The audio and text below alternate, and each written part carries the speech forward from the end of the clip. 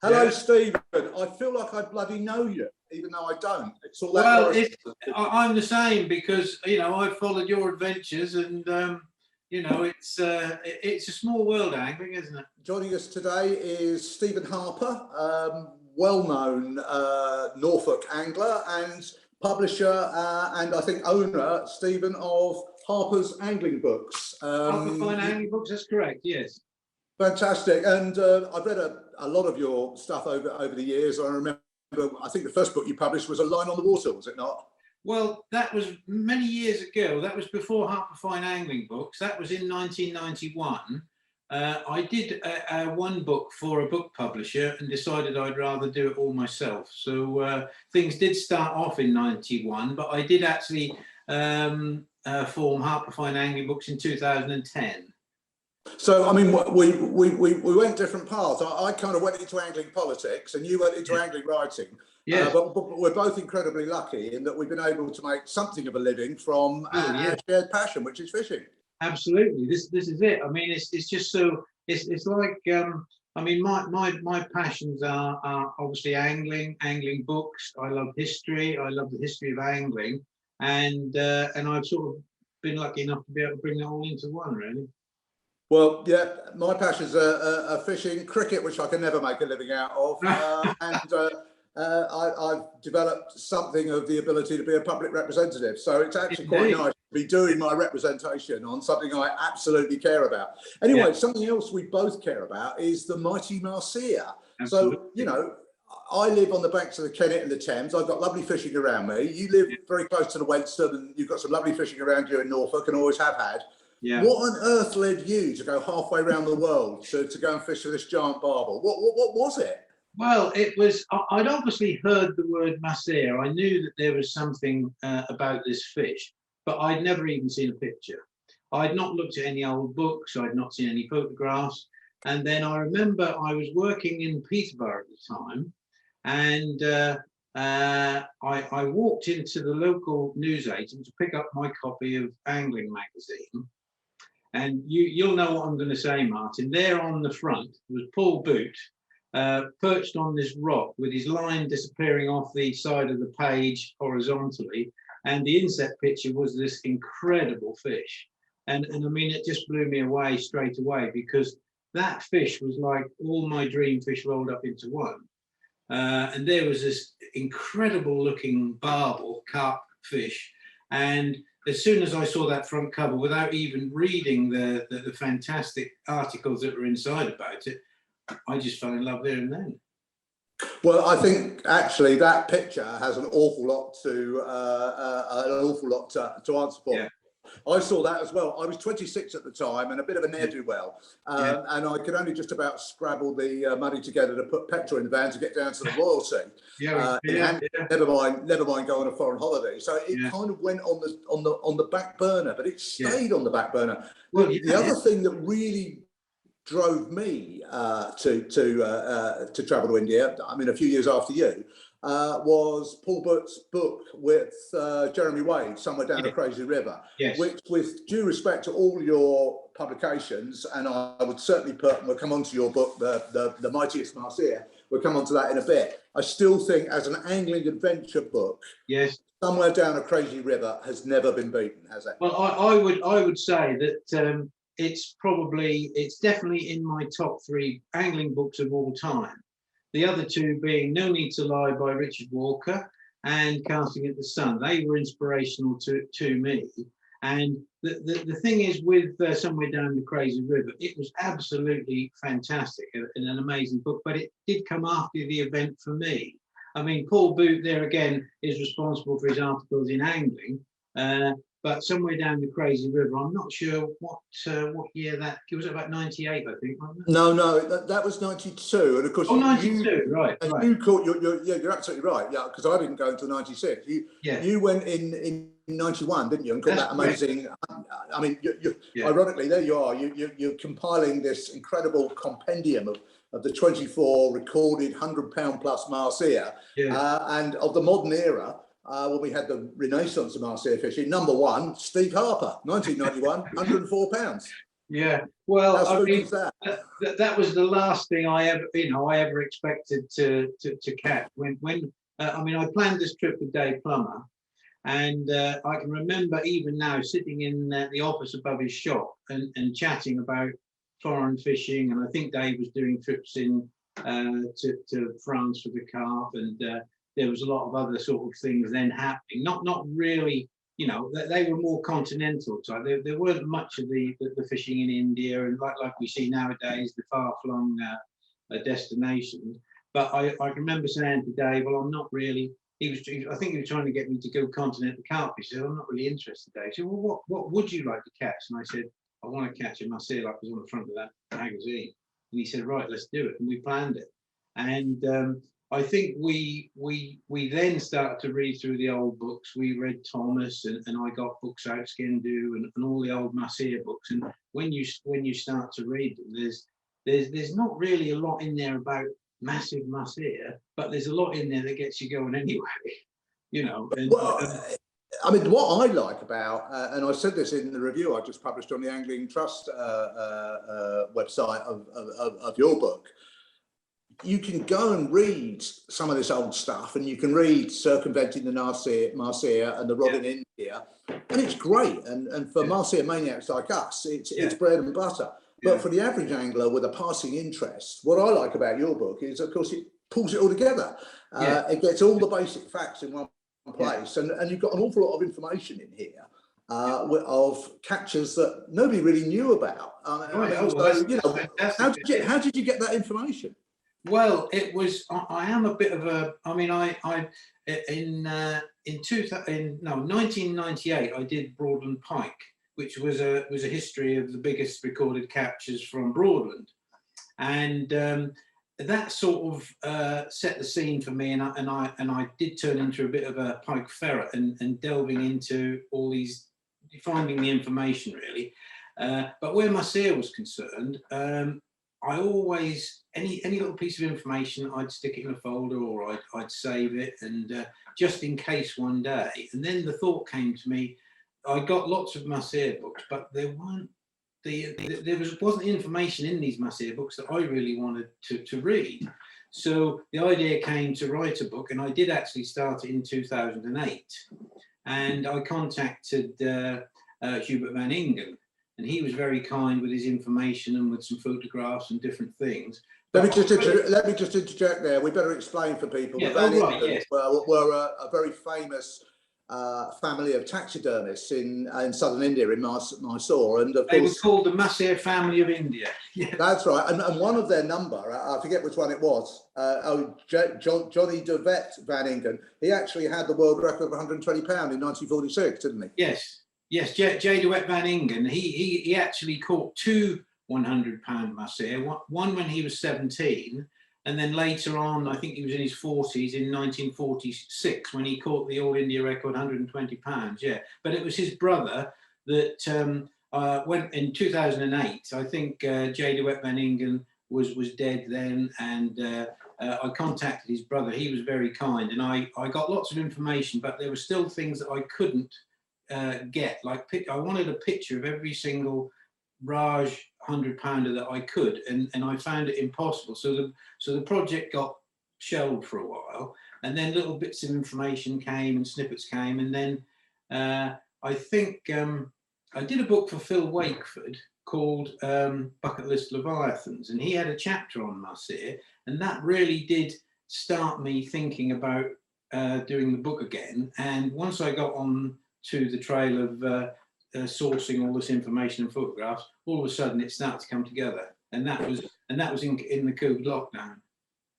Well, I mean, I think there's some pretty good books written in lockdown. Actually, we got that. Oh, you think you're right? Yeah. So, just coming on to the book itself, we've got the 24 Mahseer that were recorded over 100 pounds. I'm sure there are plenty we don't know about. I mean, ironically, we've got 12 up until Independence, 1948. Well, 1946 was the last big one, and then the list starts again with your 104 pounder in 1991, and then ends with Ken Lothrin's 120 pounder in 2011. And of course, shortly after that, the fishing closed on the river. Calvary, and we should perhaps explain to people, we're really talking about a single river system here. We're not talking about the Mahseer that you can go and fish for today in the Himalayas, and I'm still got a long-awaited and long-postponed trip to Bhutan, where I'm really hoping to do more battles with Mahseer. But we're talking about a different species of Mahseer. We're talking about a smaller fish where a 20, 30 pounder is considered a good specimen. The fish that you and I fish for, and the fish that were fished for in the Raj, in the Calvary River in southern India, in Karnataka, these are fish that had to sort of reach 60 pounds before anyone raised an eyebrow, weren't they? These were a different species altogether. Yes, yeah, exactly. These are the famous humpback Mahseer. The fish in the north, they are more of a sleek, longer version, more like a barbel shape. Whereas in the south they have this humpback, but there again they are certainly not in any way, shape or form sluggish. They are still powerful. They are if you tap the side of a Mahseer, it's rock hard, isn't it? You know, the scales are like armor plating. It is, and I mean that kind of leads me on to what is so special about this fish. I mean, I wrote at the weekend on your book something about you know, what was it? Oh, that's right. I said the Mahseer lives in fast, clear waters and is an aggressive and omnivorous apex predator. The first run of a big Mahseer is truly something to behold, and it's not uncommon to be dragged half a mile down the river before these ferocious and powerful fish can be subdued. Think salmon on steroids with the power of a giant barbel and the scales of the most beautiful carp you've ever seen.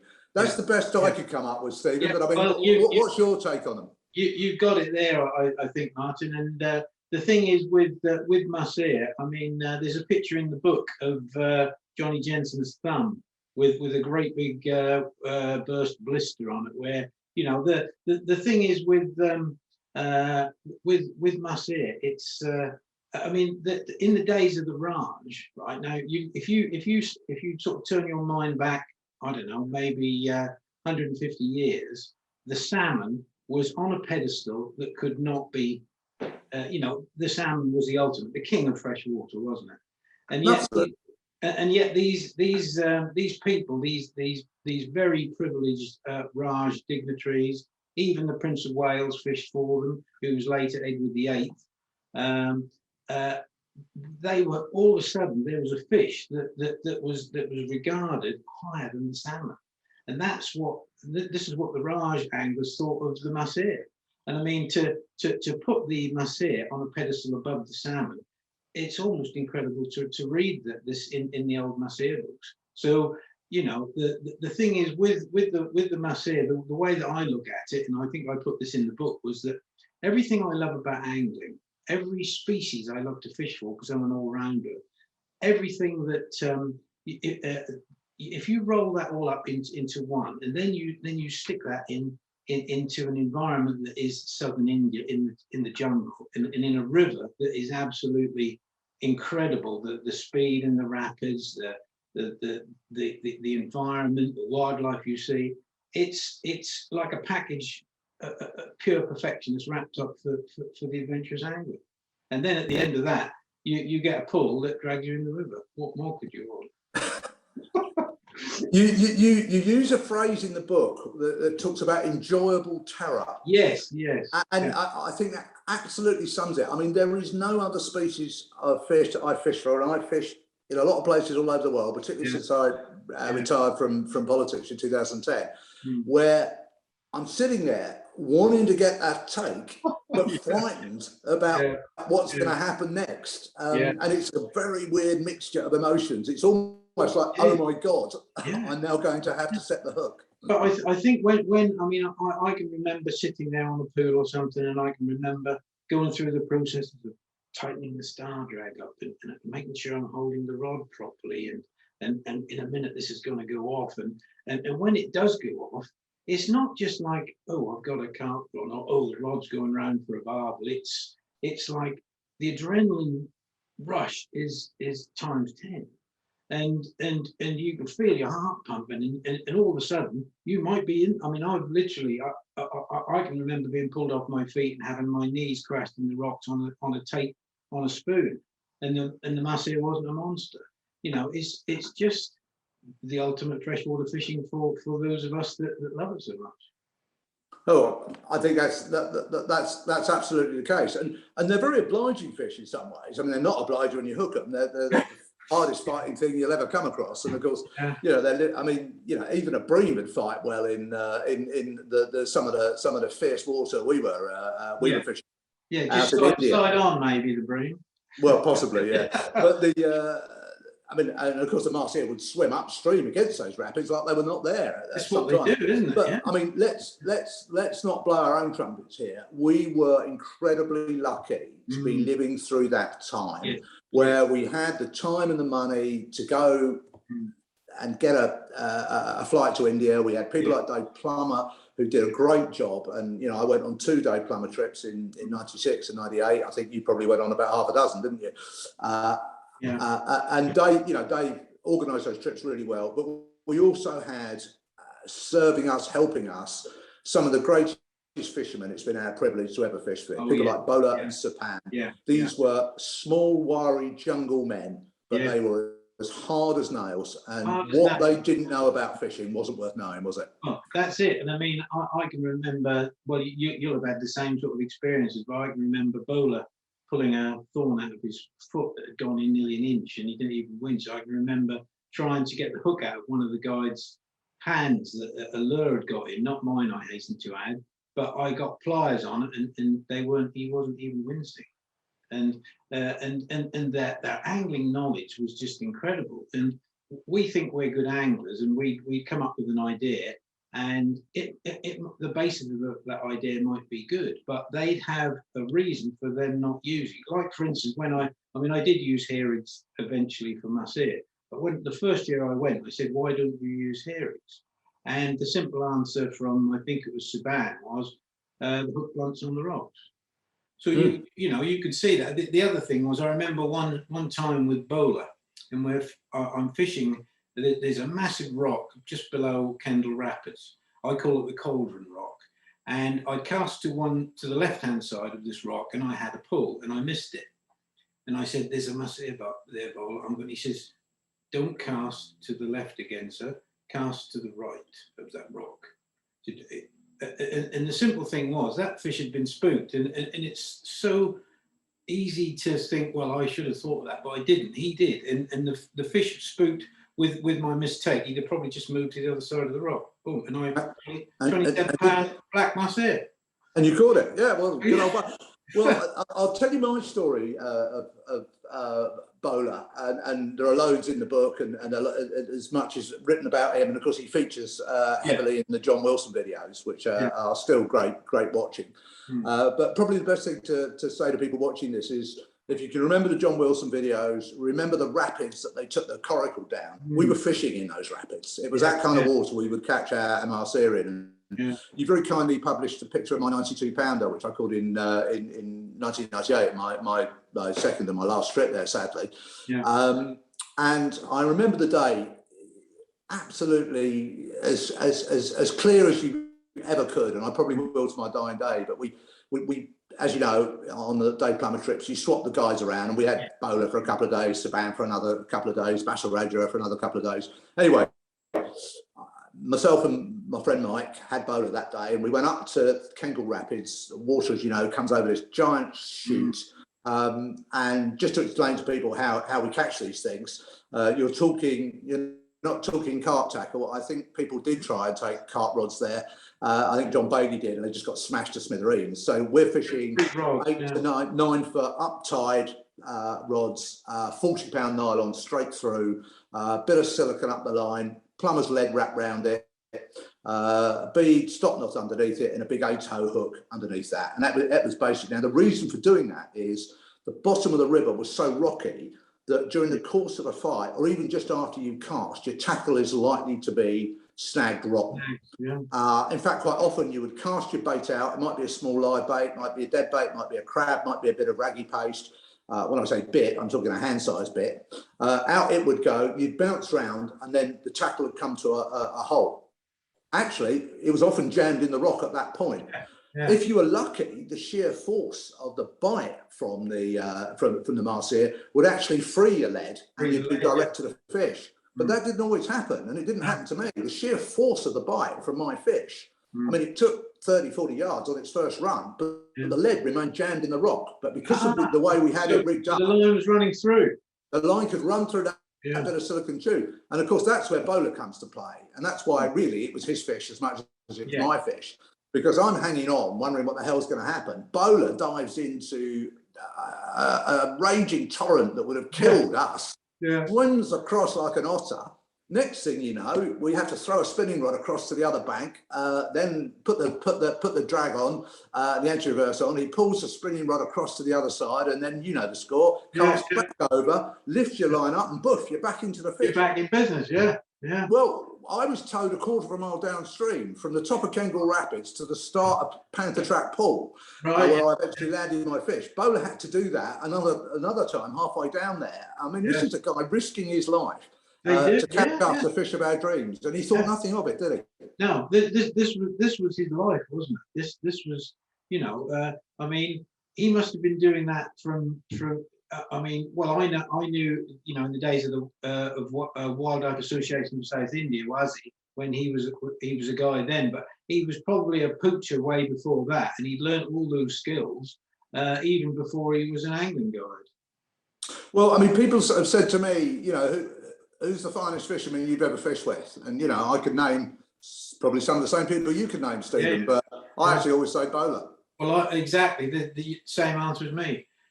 You know, it's got to be Bowler, Yeah, he hasn't had the advantages of that we've had, you know, or the rest of it. But it's just sheer instinctive knowledge, huge amount of. I mean, he thinks like a fish, he swims like a fish, and he blends into the environment. I mean, those guys they could. You know, I always say if you can't hear the elephants coming, Bowler would ask the birds, and the birds would tell you. They know. But the thing is with Bowler, he was so highly intelligent, and yet in India's caste system, he's not highly regarded. But he was one of the most intelligent men that I ever knew, and he was so funny as well. The little quips he'd come out with, and we'd have all these conversations all day long. And I mentioned to him one day, I said, Bowler, do you play cricket? And he said, no, sir, I play Mahseer. But I'll tell you another favourite Bowler story. I won't embarrass the angler, but he was on our first trip in '96, and he was a bit of a nervous guy. And as you know, scorpions, and we'll talk about camp stories in a minute. But scorpions are always sort of and gave an added piquance to the trip. You know, absolutely. And you know, you really didn't want to be whacked by one, that was for sure. Anyway, there was this guy, I'll call him John, but that's not his name, sitting on a rock with Bowler upriver one day. Unfortunately, a scorpion bites him on the arm. And as you know, Bowler had, it wasn't pidgin English, but it was broken English, that's for sure. And he said to the fella who was sort of yelping a bit, and said, 5 minutes, sir. Now, unfortunately, John thought that meant he had 5 minutes left to live. So the guy's on his rock. I mean, I guess a mile and a half from the camp. The camp was what, 4 miles from a village. The village was probably 50 miles from a hospital. You know, 5 minutes, you forget it, right? And the guy starts wailing and shaking and being a bit upset, I guess. Didn't take it well. And then it took Bowler a while to realise what was happening. And he burst out laughing and went, no, sir, 5 minutes, pain go away. Pain, 5 minutes of pain. I know, Well, I've got a similar story. It's a little bit more serious than that, because this was, you know, Nigel Bothaway. I know Nigel, His first night in camp, and he had a Russell's Viper in his tent, right? And whenever there's a crisis, it's always Bowler that sorts it out. Well, we went into the tent because Nigel came running out and said, come and have a look what I've got in my tent. Well, there were 4 of us. There was Dave Plummer, myself, Nigel Bothaway, and Joe Taylor. So we all had a torch. We wandered into the tent, and we saw this big serpent laying in the back there. And Joe Taylor said he had a pet shop at the time, and he said, "Oh, don't worry," he said, "that's an Indian python. I sell them in my pet shop." "Oh, right, that's beautiful colours. Look at this, look at that." And the guides came in, and they went berserk. They literally dragged us out, and they said, "Viper, Viper," and it was a Russell's 4.5 foot Russell's Viper, which I believe are in the top 10 of the most dangerous snakes in the world. And it then came out of the tent and we had to sort of dash out of the way. Before we knew it, Bowler had this huge log, and he just smashed this poor old snake over the head with this log, and he solved the problem. And afterwards I said to Bowler, it's such a shame, that is a magnificent creature that you have to kill it. And he said to me, sir, he said, in the night warmest place, your sleeping sack. So I took his point on that. But I also said to him, what would have happened if one of us had been bitten by Russell's viper? And I thought he was going to say something like, oh, well, we'll contact the hospital in Bangalore. They might even be able to get snake venom out. But there was no satellite phone in those days anyway or anything. But he was not sympathetic. He looked at me as if it was a stupid question. He said, you dead, sir? Apparently, 90 minutes maximum, you dead, sir? So, well, talking of dangerous beasties out there, of course, there were crocodiles. And yeah. I noticed, I mean, I think your big fish came from Crocodile Rock. So again, to explain to people, and read the book is the best advice I could give anyone that really wants to know about it. So look at the videos. But basically, the camp at Gallipoli was where the river came out of the rapids. It was deep and slow, the water. We had a lovely sandy beach there. I used to catch live bait there during lunchtime, you know, mad dogs and Englishmen and all the rest of it in the midday sun. And then downstream from there was again a deeper, slower area and some rocks that the crocs used to sunbathe on. I was never that keen on fishing down there. I mean, I did once, but you went down there a couple of times, didn't you? Did you have any close encounters with crocodiles yourself? Yeah, we used to fish there after dark as well. And well, that's particularly daft. Well, there we go. But I remember the first year that we went, we used to swim across Camp Pool, backwards and forwards. And what stopped us then was one morning we got up and we went down to sort of, you know, do a teeth and different things. And there on that sandy beach on the opposite bank is the biggest mother crocodile you've ever seen. So we didn't swim across anymore. But when we used to fish at Croc Rocks at night, I always remember one night I was fishing with dear old Jim Woolner, who's no longer with us. He was an angling guide in Spain, but he came on a couple of trips with me. And we used to sit at Croc Rocks, and he'd say to me, that rock wasn't there a minute ago, was it? And these crocs used to come up quite close, even nearly under your rod tip, and they just have their, you know, their eyes above the water. And we get a rock and we throw it at this crocodile. I think there'd be an amazing, great big crash, but no, they just sink and go again, you know. But I don't honestly know of an instance where a croc has taken somebody in the category. I've not heard of it, but they do take. I think you know, obviously burials on the river. Maybe they might have a taste for human flesh. Who knows? Well, yeah, I spent some time in Australia, and we were certainly taught to keep well away from them. But the saltwater crocs are even nastier. You know? Salties are yeah, they are. Oh, yeah. So let's turn to the book itself. I mean, you talk about your love for Mahseer and why people like you and I are so crazy about the species, and why it's probably the best angling trip we've ever done and ever will do. But going through these amazing stories, I mean, pick one or two from pre-Indian independence, from the days of the Raj. Pick one or two of the special captures for me that kind of, for you, that kind of really resonated, that you thought were particularly exceptional. Well, I think the first two were quite exceptional in a way, which was Murray Ainsley's 200-pounders. He caught the first one in 1906. He was the first man ever to catch. Actually, that picture isn't Murray Ainsley. Isn't it? No. I noticed you got that on your website. I don't know. That was a picture that was sent to me by Hubert van Ingen. But I just loved that picture because it showed me how the Raj used to fish in their white suits and a bow tie and pith helmet. And when you think how we went there in baseball caps, t-shirts and swimming shorts, there's quite a contrast. But no, that isn't actually there. I don't, out of all those 12 100-pounders from the days of the Raj, I managed to find 10 photographs, but the Murray Ainsley fish, the 200-pounders he had, I don't think they were photographed. Oh well, I better change that on my online review. Then I'll talk about it from the days of the rod. Yes, you're absolutely right. I mean, here is one here, a rivet carnet with a smaller Mahseer of 45 pounds, and that'll give you an idea what happened to the Mahseer. Yes, that picture actually, the picture you're showing there, that's his 119 pounder. Oh, is it right? Okay. That was the All India record after Murray Ainsley's 200 pounders.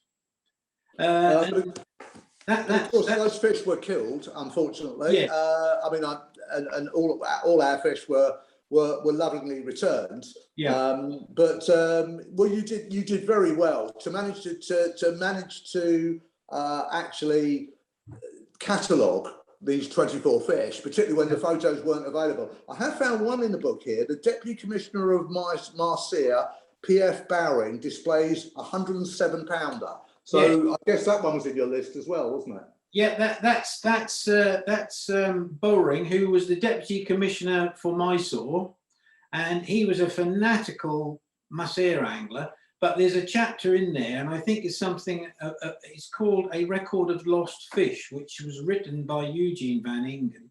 And he lost so many Mahseer, big ones as well. And if you read in the book, there's accounts of all these lost fish. That fish was 107 pounder that's in my list.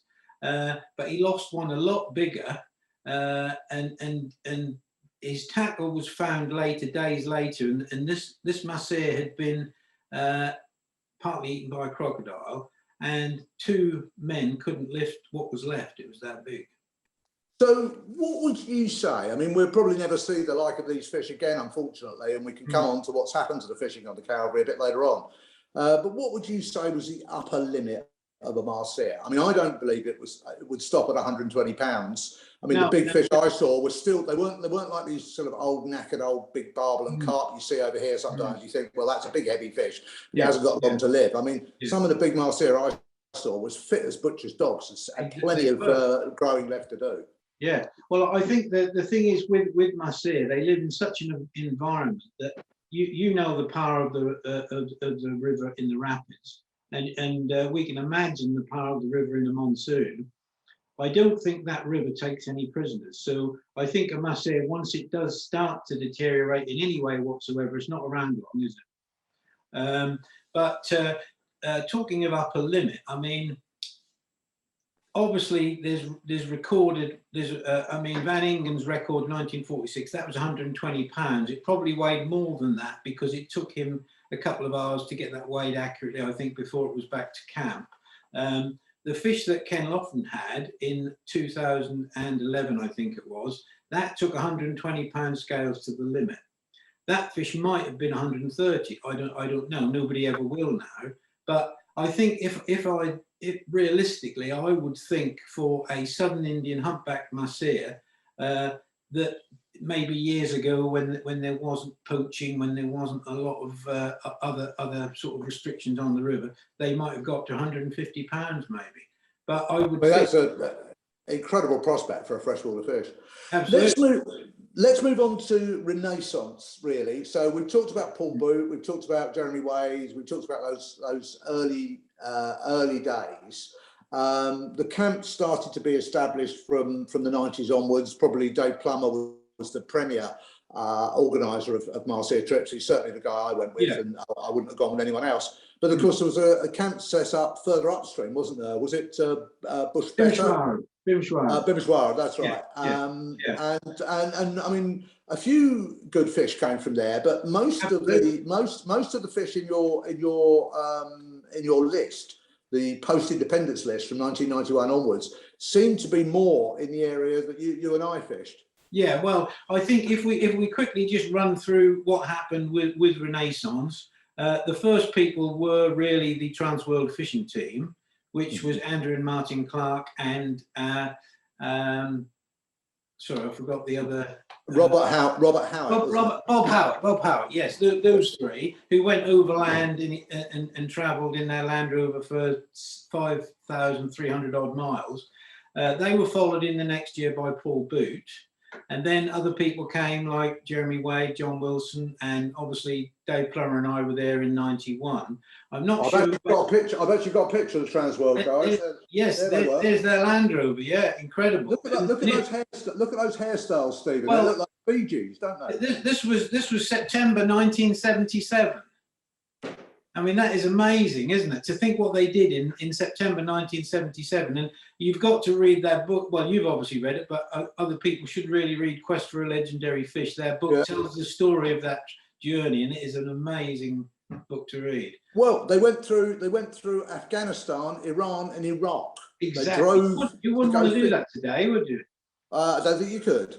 No, I don't think you could. Well, this is it. So I've got to ask you a question, Stephen, because you'll know the answer. What prompted these guys to do it? Because I mean, they didn't get to read the Angling magazine with Paul Booth. They must have done their own research, and they must have persuaded Abu and Angling Times to sponsor them, presumably. Yes. Well, I think because I talked to Andy Clark when I researched the book, and he was very kind and allowed me to reproduce photographs and to quote from their book. And I think some of it came from that book, Game Fishers of the World, where there is a chapter on Mahseer in there from the days of the Raj. And from that, I think they researched other books like the Rod in India and Circumventing the Mahseer and so on. And obviously there was talk at that time that the Mahseer was extinct, and they wanted to go and find whether this was true or not. And I think the Mahseer was going to be the first species, and the Trans World Fishing Team were going to go on to do others. But I don't think, obviously it's expensive and families and children get in the way and so on. But I think it was just from reading about Mahseer in old books. Well, they certainly were the pathfinders. That's for sure.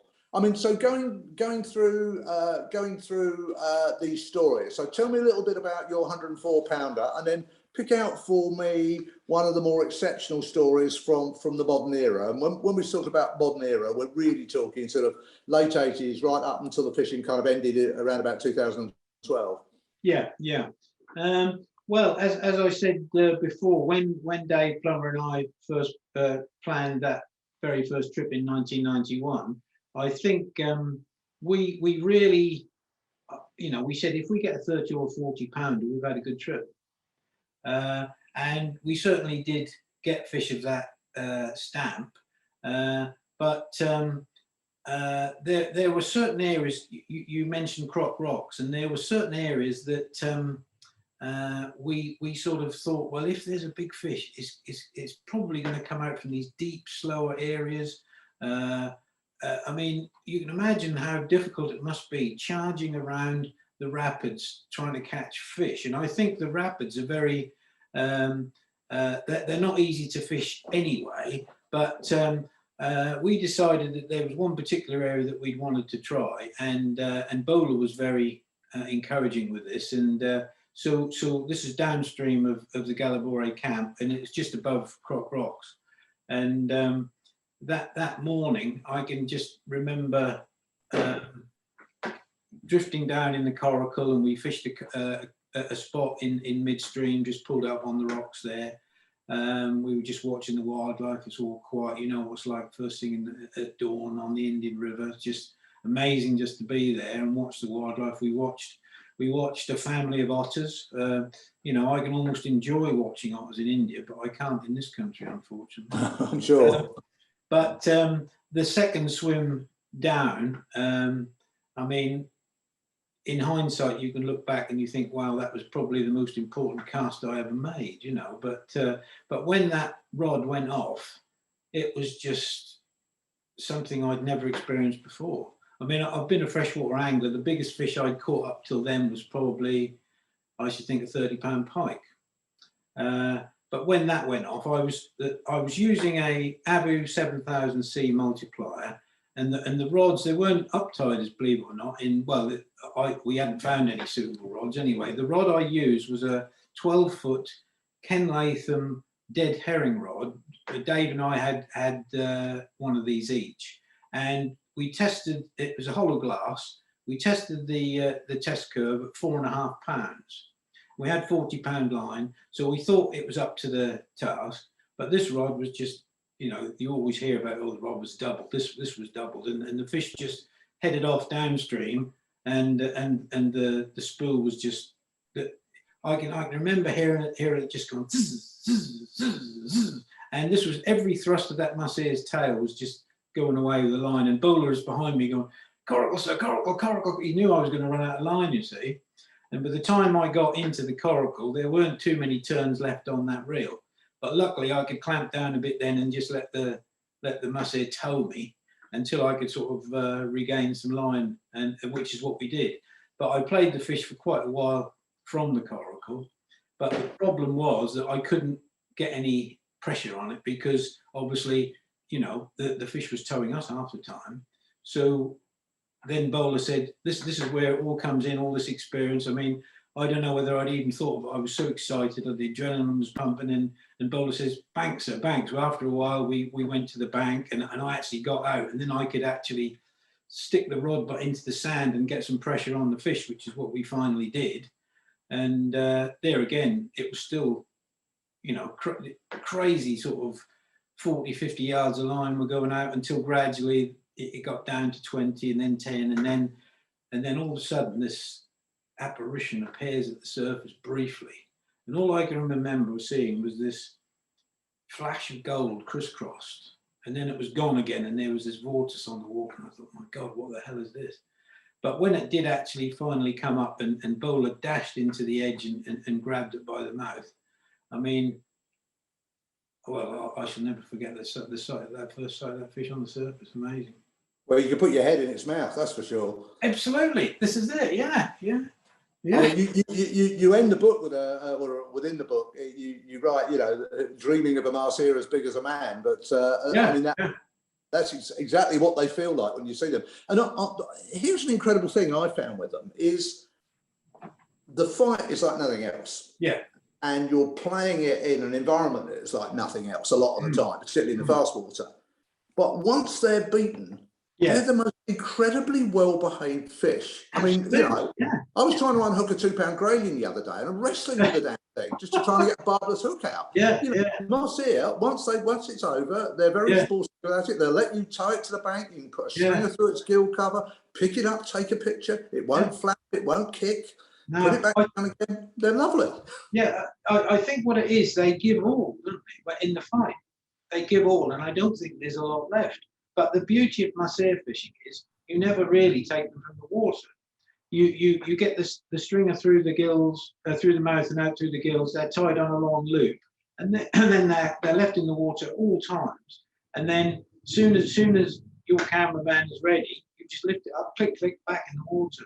Lift it up, click, click, and there's no real, you know, they're not brought out onto a mat. I mean, even, you know, you need a big mat when you're ready, but I think it does the Mahseer all the good to keep it in the water like that and photograph it that way after they've given all in the fight. Yeah, I mean, the fish care that those guides impart to the anglers lucky enough to be there is absolutely tremendous. So tell me, Stephen, about some of these other catches. Pick one out for me from this list of 1,200-pounders that were caught between your fish in '91 and the end of the fishing in 2011, 2012. Which one sort of sticks out for you? I think they all resonate for different reasons. I think the story of Saad bin Young, who used to run the Bush Beggar camp, that's an amazing story of the capture, which he'll put down to Saban and Saban's knowledge. That's an amazing story, and obviously the river there was like Kangle Rapids. You know, it was fast, it was dangerous, it was rocky. That's an incredible story. But the other fish, of course, that always is a fantastic story is Ken Lofton's huge that unfortunately we'll never know the true weight of. I mean, if you see that picture in my book, you can see the depth of that fish under the gills. It just looks massive. you know. And explain to people why we'll never know the true weight, Stephen. Right. Well, that fish was caught, and the scales that they had at the time went up to 80 pounds. Yeah, yeah. You just see just to the right of Ken's hand there. You can see the depth of that fish. I mean, it is a monster, isn't it? Yeah. Absolutely. And unfortunately, the scales wouldn't go above 120, right? Well, the first set of scales were 80-pound scales, and they put that fish on there, and it destroyed the scales. Totally annihilated the set of 80-pound scales. So they sent for bigger scales, and they came, and they were 120-pound scales. But this fish in the sling just took those scales to their limit. So unfortunately, there's no real way we'll ever know what that fish weighed. Now I know there are these different. You can have tables, weight for length tables, and so on, but I'm afraid there's only really one authenticated way to say what fish weighed, and that's with accurate and verified scales and witnesses. So, I mean, Stephen, before we sound like a load of kind of stato nerds here when it comes to it, I think it's probably worth emphasising that virtually every angler that went fishing out there went for the place, the environment, the sense of adventure. Yeah. They actually wouldn't have cared if they caught an 80-pounder, a 90-pounder, a 110 or 120-pounder. No, I don't think breaking world records were on anybody's mind. It was just catching an amazing fish. That's not why I went, was it? I mean, as I said to you before, I never dreamt I would ever catch a 100-pounder. I didn't think 100-pounders existed when I went out there because they hadn't been out since 1946. So we didn't go there with any sort of preconceived ideas of breaking records or anything. But when my first experience of India was so mind-blowing that I couldn't get it out of my head, and I had to go back the next year and the next. And you know, the next years I didn't catch anything like a 100-pounder, but that didn't matter because I enjoyed the environment, because I enjoyed the fishing, because I enjoyed being with the guides. India just, I think it's probably, I mean, I have been to other places in the world and I've fished for other exotic species, but nowhere came close to India and what it all entailed. No, I couldn't agree. There's a lovely expression, India assaults your senses, and you touch on it in the book, and that's a very good way of putting it. But of course, we got slung off in '98. We got slung off by the local bandit, Verapan. Verapan. So he was a sort of Robin Hood character who did horrible things to the police officers and the rich couple, including beheading them and the rest of it. And we had Robin Hood. Is it? Beg pardon? It's not what Robin Hood would have done, I hope. No, possibly not. But whatever, he had a lot of the local people on his side, and he evaded capture for many, many years. 2004, didn't he? That is when they finally got him. Was 2004, I think. They did, but not before he buggered up our trip, because luckily I'd caught my big one in '98. But we were, I think, 3 days short from coming home, and came back to the camp one night, and the Indian Army were there looking for Verapan. And we were allowed to fish the next morning with armed guards, but not very far from the camp. And then the colonel in charge decided it was all too dangerous, and we had to go home early, which was disappointing for a lot of the guys. Yeah. Well, I can remember the night that I was fishing, and we had an armed guard with us, and each sort of 2 anglers had an armed guard with them, and they were there with their old 303 the Enfield rifle, but they were in flip-flops. They weren't even in army boots. And I thought, well, if Verapan and his 100 bandits do come down, who's going to be the first one running off? You know, I don't honestly think he would have stayed behind and fought off all those things. It just, you know, it's crazy. But now I think Verapan, they've actually made films about him and different things, haven't they? Well, yeah, he became a folk hero. So tell us a little bit about the circumstances behind why the fishing ended there, because it's a great tragedy that river now hasn't got anglers on it, hasn't got the income coming into the valley, and you can rest assured that the poachers will be poaching again, and the fish stocks will suffer. Exactly. Well, I think if we go back to I think it was 72 when Wazzy first rented the stretch, and they rented it for 25 years. And then in 1999, it was taken over by Jungle Lodges and Resorts, which is run by the government. And it appears that in some in the laws of the state of Karnataka, you're not supposed, hunting had been banned, but it also says fishing as well, or apparently. And somebody tried to start up their own fishing camp and was denied this. So he decided he would take it to the Karnataka government. Why should anybody fish? And he actually was successful. And the fishing, I think it was actually written into law that angling for Mahseer was now illegal, and that was in 2010, but it didn't happen until 2012, which was the last year I fished there. And it's now illegal in the state of Karnataka to fish on any of their water that is called a state national nature reserve. Well, it's very, very sad, and I feel sorry for people who might be inspired by your book or by the stories that some of us have written and won't have an opportunity to visit, but I hope common sense will prevail. Would you go back to India to fish for the northern Mahseer at all, Stephen? They're certainly still on my list. I've only done it once, and I want to do it again. I've been to northern India once. This was really a tourist trip with my wife, and we did the Taj and we did Corbett, and I did fish, and I've caught one small northern Mahseer then, but that wasn't a fishing trip at all. And I nearly had my rod tube stolen at the airport. I just saw this chap running across with it, and I went and grabbed it. But the last 2 years I've been trying to plan this trip to northern India, and obviously COVID got it in the way, unfortunately. Yeah, I mean, we're the same. We really are. Okay, well, look, it's been absolutely fantastic talking through some of the reasons why we share this Mahseer madness, why you were inspired to write the book. It's available from well, you tell us where it's available from. It's available from the website, which is www.harperanglingBooks.co.uk. The Mightiest Mahseer, yeah. Well, I hope people might be inspired to try and travel to these far-off destinations. There is still some great angling adventures to be had out there. There's some fantastic angling literature, and perhaps when this COVID thing is past, we can once again get our thumbs blistered by spinning reels, Stephen. That would be wonderful.